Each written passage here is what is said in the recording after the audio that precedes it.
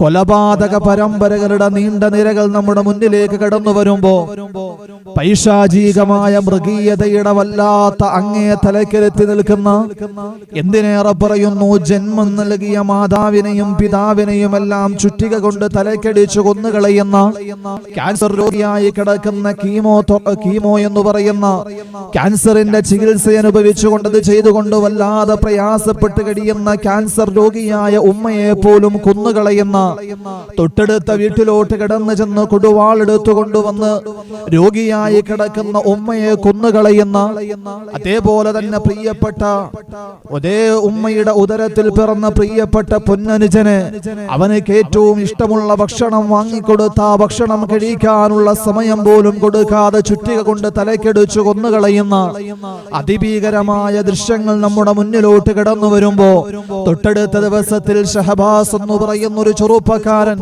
ജീവിതത്തിൽ 1000 സ്വപ്നങ്ങളുമായി വല്ലാത്ത സാമ്പത്തിക പ്രയാസത്തിൽ കഴിഞ്ഞുകൂടുന്ന ഒരു കുടുംബത്തിന്റെ വലിയ പ്രതീക്ഷയായി കിടന്നു വന്ന മൂത്ത മകനായിരുന്ന ഷഹബാസ് എന്നൊരു മകനെ, ഒരു പൊന്നുമോനെ തന്റെ കൂട്ടാളികൾ, തന്റെ സഹപാഠികൾ, കൂടെ പഠിച്ചവർ മൃഗീയമായി കൊന്നുകളഞ്ഞതിന്റെ വാർത്തകൾ നാം കേട്ടവരാണ്. വളരെയേറെ പ്രയാസത്തോടെ, വളരെയേറെ നൊമ്പരത്തോടു കൂടിയതിന്റെ വാർത്തകൾ നാം കേട്ടവരാണ്. ആ വാർത്തകളെ പറ്റി ഷഹബാസ് എന്ന് പറയുന്ന മകന്റെ, ഷഹബാസ് എന്ന ചെറുപ്പക്കാരന്റെ, ആ 10ാം ക്ലാസ്സുകാരന്റെ SSLC പരീക്ഷ എഴുതാൻ കാത്തിരുന്ന ആ ചെറുപ്പക്കാരന്റെ മരണ വാർത്തകൾ ഇങ്ങനെ ന്യൂസ് ചാനലുകളിൽ മാറി മാറി വരുമ്പോൾ, കൊലപാതകം നടത്തിയ കൂട്ടുകാർ അവരുടെ ഇൻസ്റ്റഗ്രാം ഗ്രൂപ്പുകളിലും അതേപോലെ അവരുടെ സോഷ്യൽ മീഡിയകളിലും അവർ നടത്തിയ ചർച്ചകളെ ന്യൂസ് ചാനലുകളുടെ മുമ്പിലൂടെ നമ്മുടെ മുന്നിലേക്ക് വെളിവായി വരുമ്പോ, അവർ നടത്തിയ ചർച്ചകളിൽപ്പെട്ട വളരെ പ്രധാനപ്പെട്ട ഒരു വാക്കാണ്, വളരെ പ്രധാനപ്പെട്ട ഒരു അവരുടെ നിഗമനമാണ്. എത്ര വലിയ കൂട്ടുകാരനെ കൊന്നുകളഞ്ഞാലും 10ാം ക്ലാസ്സുകാരനായ തന്റെ പ്രിയപ്പെട്ട കൂട്ടുകാരനെ നമ്മളെല്ലാവരും ചേർന്ന് കൊന്നുകളഞ്ഞു കഴിഞ്ഞാൽ അത് ആൾക്കൂട്ട കൊലപാതകമാണ്. നമ്മളെ ഒന്നും ചെയ്യാൻ ഈ കേരളത്തിന്റെ നിയമവ്യവസ്ഥയ്ക്ക്, ഈ രാജ്യത്തിന്റെ നിയമവ്യവസ്ഥയ്ക്ക് സാധിക്കില്ല എന്ന് 10ാം ക്ലാസ്സിൽ പഠിക്കുന്ന കുരുന്നു ബാല്യങ്ങൾ പോലും ആധുനിക ലോകത്തിന്റെ നിയമവ്യവസ്ഥകളെ കുറിച്ച് ഇതൊന്നും നമ്മൾ ഒന്നും ചെയ്യില്ല എന്ന് 10ാം ക്ലാസ്സുകാരായ വിദ്യാർത്ഥികൾ പോലും ലാഘവത്തോടുകൂടി വർത്തമാനകാല ലോകത്തിന്റെ നിയമപുസ്തകങ്ങളെ, നിയമത്താളുകളെ, കോടതികളെ, നിയമപാലകരെ എല്ലാം പുച്ഛിച്ചു തള്ളുന്ന നമ്മൾ കാണുമ്പോ, പ്രിയമുള്ള സഹോദരങ്ങളെ, ഈ ദുനിയാവിലെ കോടതികളെ നമുക്ക് വിലക്കെടുക്കാൻ കഴിയും. ഈ ദുനിയാവിന്റെ കോടതികളെ, നിയമപാലകരെ, നിയമവ്യവസ്ഥകളെ നമ്മുടെ സ്വാധീനം ഉപയോഗിച്ച്, നമ്മുടെ സാമ്പത്തിക ബലം ഉപയോഗിച്ച്, നമ്മുടെ ആൾബലം ഉപയോഗിച്ച് എല്ലാം നമുക്ക് സ്വാധീനിക്കാൻ കഴിയുമെങ്കിൽ അല്ലാഹുവിന്റെ പരിശുദ്ധമായ ഖുർആൻ ഒരു കോടതിയെ കുറിച്ച് നമ്മുടെ മുമ്പിൽ പരിചയപ്പെടുത്തുകയാണ്. അല്ലാഹു സുബ്ഹാനഹു വ തആല ഒരു കോടതിയെ കുറിച്ച് വളരെയേറെ സുപ്രധാനമായ വിവരണങ്ങൾ നടത്തുകയാണ്. വഅലമു അന്നകും ഇലൈഹി തുശ്റൂൻ. അല്ലാഹു പറയുകയാണ്, ഈ ദുനിയാവിന്റെ തൊലിപ്പുറത്ത് നിങ്ങൾ കൊള്ളരുതായ്മകൾ ചെയ്യുമ്പോ, പ്രിയപ്പെട്ട മാതാവിനെ കൊന്നുകളയുമ്പോ, പ്രിയപ്പെട്ട കൂട്ടുകാരനെ കൊന്നുകളയുമ്പോ, പ്രിയപ്പെട്ട സഹോദരനെ കൊന്നുകളയുമ്പോ, അയൽപക്കത്ത് കൂട്ടുകാരനെ കൊന്നുകളയുമ്പോ, ആരോടും ഒരു വെറുപ്പോടുകൂടി നടക്കുന്ന, ആരോടും വിദ്വേഷവുമായി നടന്ന് ഏതവസരം കിട്ടിക്കഴിഞ്ഞാലും യാതൊരു രീതിയിലുള്ള വീണ്ടും വിചാരവുമില്ലാതെ കൊലപാതകങ്ങൾ നടത്തുമ്പോ, ഇവിടെ നിനക്കൊരു പക്ഷേ രക്ഷപ്പെടാൻ കഴിയുമായിരിക്കും. ഇവിടത്തെ നിയമവ്യവസ്ഥകൾ നിനക്ക് ഒരു പക്ഷേ ശിക്ഷ അനുവദിക്കും. ആ ശിക്ഷയിൽ നിന്ന് നിനക്ക് രക്ഷപ്പെടാനുള്ള ജാമ്യവും കിട്ടും. പക്ഷേ ഇതെല്ലാം ഒന്നും സാധിക്കാത്ത, ഈ കോടതികളെയൊന്നും സ്വാധീനിക്കാൻ കഴിയാത്ത ഒരു ലോകം കടന്നു വരാനുണ്ടെന്ന് അല്ലാഹുവിന്റെ പരിശുദ്ധമായ ഖുർആൻ അല്ലാഹു പറയുകയാണ്. വത്തഖുല്ലാഹ വഅലമു അന്നകും ഇലൈഹി തുശ്റൂൻ. നിങ്ങൾക്ക് സ്വാധീനിക്കാൻ കഴിയാത്തൊരു കോടതി കടന്നു വരാനുണ്ട്. ആ കോടതിയുടെ നിയമപാലകനാരെന്നറിയുമോ? സർവാധിപതിയായ സർവലോക പരിപാലകനും സർവലോക സംഹാരകനും സർവലോക സൃഷ്ടികർത്താവുമായ മാലികുൽ മുലൂക്കായ വാഹിദുൽ ഖഹാറായ രാജാതിരാജനായ അഹദുസ് സമദായ അല്ലാഹുവിന്റെ കോടതിയാണ്. ആ കോടതിയെ കുറിച്ച് ഹബീബ് ഇവിടുന്ന് പഠിപ്പിച്ചു തരികയാണ്. അത് മഹ്ശർ എന്ന് പറയുന്ന അതിഭീകരമായ ഭീകരമായ കോടതിയാ. അല്ലാഹുവിന്റെ പ്രവാചകൻ മഹ്ശറയെ കുറിച്ച് വിവരിച്ചു തരികയാണ്. മഹദിയായ ബീബി ആയിഷ സിദ്ദീഖ റളിയല്ലാഹു തആല അൻഹാ, മഹദിയായ ആയിഷ ബീബി റളിയല്ലാഹു തആല അൻഹ ഹബീബായ തിരുദൂതരോട് ചോദിക്കുകയാണ്, യാ റസൂലല്ലാഹ്, ഇന്ന് അങ്ങേക്ക് എന്നോട് വലിയ സ്നേഹമാണല്ലോ നബിയേ, അങ്ങയോട് എനിക്ക് വല്ലാത്ത സ്നേഹമാണ്, അങ്ങേക്ക് എന്നോടും വല്ലാത്ത സ്നേഹമാണ്. നാളെ പടച്ചതമ്പുരാന്റെ കോടതിയിൽ പോയി നിൽക്കുന്നൊരു സമയമുണ്ടല്ലോ റസൂലേ, അല്ലാഹുവിന്റെ കോടതിയിൽ നിൽക്കുന്ന പടച്ചതമ്പുരാന്റെ പരമോന്നതമായ നീതിപീഠത്തിന് മുമ്പിൽ അബുൽ ബഷർ ആദം നബി അലൈഹിസ്സലാത്തു വസ്സലാം മുതൽ ലോകാവസാനം വരെയുള്ള മുഴുവൻ ജീവജാലങ്ങളെയും അല്ലാഹു ഒരുമിച്ച് കൂട്ടുന്ന അതിഭീകരമായ ഒരു രംഗമുണ്ടല്ലോ നബിയെ, ആ കോടതിയിൽ വെച്ച് അങ്ങനെ ഓർക്കുമോ യാ റസൂലല്ലാഹ്? അങ്ങനെ കുറിച്ച് ചിന്തിക്കുമോ യാ റസൂലല്ലാഹ്? അന്ന് അങ്ങയുടെ ഈ സ്നേഹം എന്നോട് കാണുമോ നബിയെ? ആയിഷ ബീബി റളിയല്ലാഹു തആല അൻഹാ തന്റെ പ്രിയപ്പെട്ട പ്രേമവാചനമായ ഭർത്താവിനോട് ചോദിക്കുമ്പോ റസൂലുള്ളാഹി തങ്ങൾ അവിടെ നിന്ന് പറയുകയാണ്, വല്ലാത്ത ഞെട്ടലോടെ അല്ലാഹുവിന്റെ പ്രവാചകൻ മഹ്ശറയെ കുറിച്ച് കേൾക്കുമ്പോ, പരലോകത്തെ കുറിച്ച് കേൾക്കുമ്പോ, പടച്ചതമ്പുരാന നീതിപീഠത്തെ കുറിച്ച്, റബ്ബിന്റെ പരമോന്നത കോടതിയെ കുറിച്ച് കേൾക്കുമ്പോ ശബ്ദമെല്ലാം ഇടറിക്കൊണ്ട് റസൂലുള്ളാഹി പറയുകയാണ്, ആയിഷ, ആ കോടതി വല്ലാത്ത ഭീകരമാണ് ആയിഷ, മഹ്ശറ വല്ലാത്ത ഭീകരമാണ് ആയിഷ. എന്നിട്ട് അല്ലാഹുവിന്റെ പ്രവാചകൻ അവിടെ നിന്ന് വിവരിച്ചു കൊടുക്കുകയാണ്, യഹ്ശറുന്നാസു ഹുഫാതൻ ഉറാതൻ ഉർലാ. നാളെ പടച്ചതമ്പുരാന്റെ കോടതിയിലേക്ക് എങ്ങനെയാണ് ആളുകൾ വരുന്നതെന്നറിയുമോ? അബുൽ ബഷർ ആദം നബി അലൈഹിസ്സലാത്തു വസ്സലാം മുതൽ ലോകാവസാനം വരെയുള്ള ജനങ്ങൾ എങ്ങനെയാണ് കടന്നു വരുന്നതെന്നറിയുമോ? യഹ്ശറുന്നാസു ഹുഫാതൻ ഉറാതൻ ഉർലാ.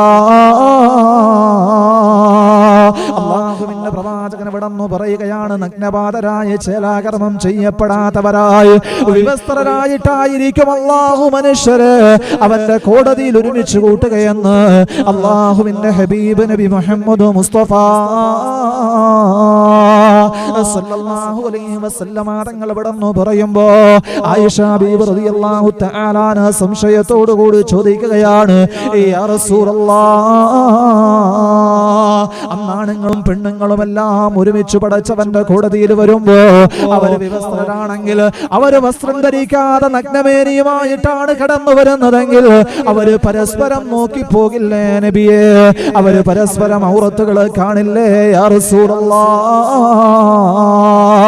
ആയിഷ ബീബി റളിയല്ലാഹു തആല അൻഹ തന്റെ ന്യായമായ സംശയം പ്രിയപ്പെട്ട ഹബീബിനോട് ചോദിക്കുമ്പോ അല്ലാഹുവിന്റെ പ്രവാചകൻ പറയുന്നു, ഇല്ല ആയിഷ, ഇല്ല ആയിഷ, അന്ന് ആണും പെണ്ണും നഗ്നപാതരായിട്ട് നഗ്നവേനിയുമായിട്ട് അവിടെ ഒത്തുകൂടി കഴിഞ്ഞാലും അവർക്ക് പരസ്പരം ഔറത്തിലേക്ക് നോക്കാനുള്ള സാവകാശം അവിടെ ഉണ്ടാവില്ല.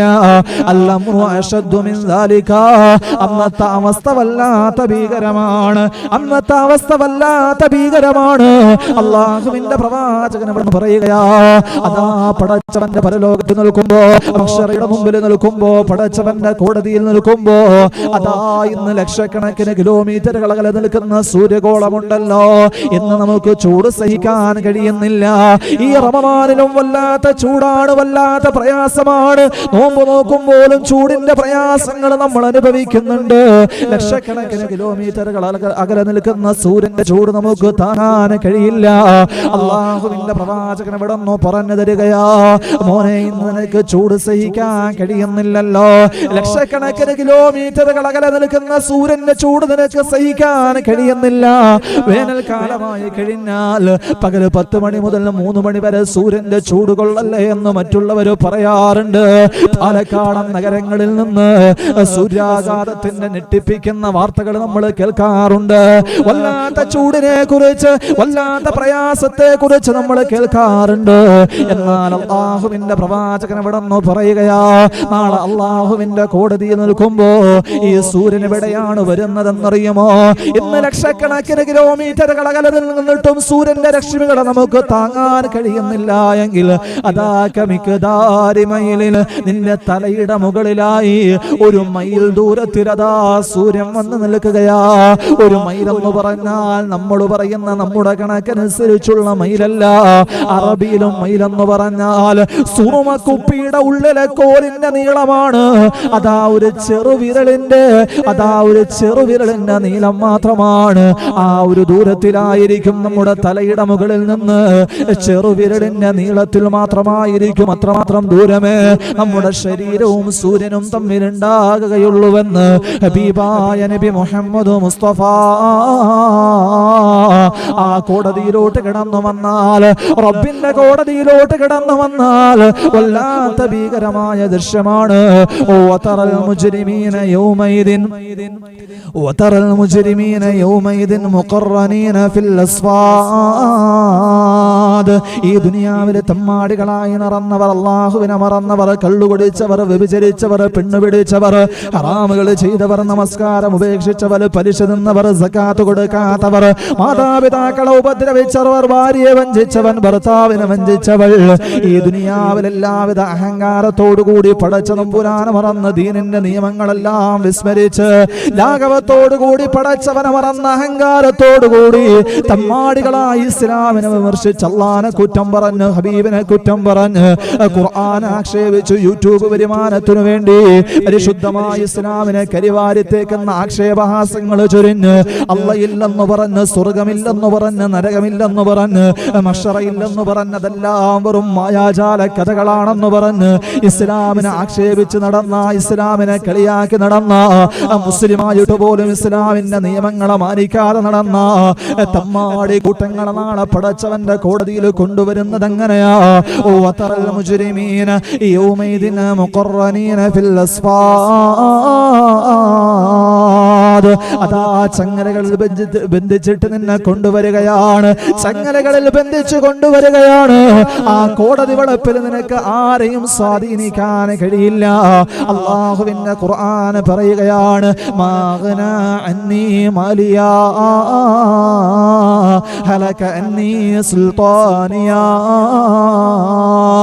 ഈ ദുനിയാവിൽ എത്ര വലിയ കൊലപാതകങ്ങൾ ചെയ്താലും, എത്ര വലിയ കൊള്ള നടത്തിയാലും, നൂറുകണക്കിന് ആളുകളെ ചുട്ടുകൊരിച്ച് ഗുജറാത്തിന്റെ മണ്ണിൽ കൊന്നുകളഞ്ഞവർ ഇന്ന് അധികാര കസേരയിലിരിക്കുമ്പോ എത്ര വലിയ കുറ്റകൃത്യങ്ങൾ ചെയ്തു കഴിഞ്ഞാലും ഇന്ന് കോടതികളെ സ്വാധീനിക്കാം, നിയമപാലകരെ സ്വാധീനിക്കാം. നിന്റെ പണം ഉപയോഗിച്ച്, നിന്റെ ആൾബലം ഉപയോഗിച്ച്, നിന്റെ പാർട്ടിയുടെ ബലം ഉപയോഗിച്ച്, സ്വാധീനങ്ങൾ ഉപയോഗിച്ച് എത്ര വലിയ നിയമവ്യവസ്ഥകളെയും നിനക്ക് സ്വാധീനിക്കാം. പക്ഷേ മാഅഗ്ന അന്നി മാലിയാ ഹലക അന്നി സുൽത്താനിയാ. നിന്റെ അധികാരം നിനക്ക് ഉപയോഗപ്പെടാത്ത, നിന്റെ സമ്പാദ്യം നിനക്ക് ഉപയോഗപ്പെടാത്ത, നിന്റെ ആൾബലം നിനക്ക് ഉപയോഗപ്പെടാത്ത ഒരു കോടതി വരാനുണ്ടെന്ന് അള്ളാന്റെ പരിശുദ്ധമായ ഖുർആൻ. ആ കോടതിയിൽ പോയി നിൽക്കേണ്ടവരാണ് നമ്മളെന്ന് അള്ളാഹുവിന്റെ പ്രവാചകൻ നബി മുഹമ്മദ് മുസ്തഫ സല്ലല്ലാഹു അലൈഹി വസല്ലമ. ഹബീബായ നബി മുഹമ്മദ് മുസ്തഫ, ഹബീബായ നബിയുനാ റസൂലുള്ളാഹി സ്വല്ലല്ലാഹു അലൈഹി വസല്ലമ തങ്ങൾ ആയിഷ ബീബി റളിയല്ലാഹു തആല അൻഹയോട് പറയുന്നു, ആയിഷ, ആളെ പടച്ച തമ്പുരാന്റെ കോടതിയിൽ വന്നു നിൽക്കുമ്പോ അല്ലാഹുവിന്റെ കോടതി വളപ്പിൽ അബൂനാ അബുൽ ബശർ ആദം നബി അലൈഹിസ്സലാത്തു വസ്സലാം മുതൽ ലോകാവസാനം വരെയുള്ള മുഴുവൻ ജീവജാലങ്ങളെയും അല്ലാഹു സുബ്ഹാനഹു വ തആല ഒരുമിച്ച് കൂട്ടും. അല്ലാഹു സുബ്ഹാനഹു വ തആല വിചാരണയ്ക്ക് വേണ്ടി ഒരുമിച്ച് കൂട്ടും. മൃഗങ്ങളെ അല്ലാഹു ഒരുമിച്ച് കൂട്ടും. മൃഗങ്ങൾ തമ്മിലുള്ള എന്തെങ്കിലും അവർ തമ്മിൽ അങ്ങോട്ടും ഇങ്ങോട്ടും അക്രമങ്ങൾ നടത്തിയിട്ടുണ്ടെങ്കിൽ ആ അക്രമങ്ങൾക്ക് പകരം അവിടെ വെച്ച് അവർ തന്നെ അങ്ങോട്ടും ഇങ്ങോട്ടും പകരം ചോദിച്ചിട്ട് അവരോട് പറയുമത്രേ, കൂനു തുറാബ, നിങ്ങൾ മണ്ണായി മാറുക, അങ്ങനെ മനുഷ്യനൊഴികെയുള്ള ബാക്കി എല്ലാ ജീവജാലങ്ങളും മഹ്ശറയിൽ വെച്ച് മണ്ണായി തീരും. ആ സമയത്ത് മനുഷ്യൻ ആഗ്രഹിച്ചു പോകും, ഞാനും ഒന്ന് മണ്ണായിരുന്നെങ്കിൽ. മനുഷ്യൻ ആഗ്രഹിച്ചു പോകും, ഈ മൃഗങ്ങളെ പോലെ, ഈ പക്ഷിപറവാദികളെ പോലെ, ഈ ജന്തുജാലങ്ങളെ പോലെ വിചാരണയില്ലാതെ, നരകമില്ലാതെ, അള്ളാഹുവിന്റെ കോടതിയിൽ കിടന്ന് പ്രയാസപ്പെടാതെ ഞാനും ഒന്ന് മണ്ണായി തീർന്നിരുന്നുവെങ്കിലെന്ന് മനുഷ്യൻ ആഗ്രഹിച്ചു പോകുന്ന ഒരു കോടതി, അതാണ് മഹ്ശറ എന്ന് പറയുന്ന കോടതി എന്ന് ഹബീബായ നബി മുഹമ്മദ് മുസ്തഫ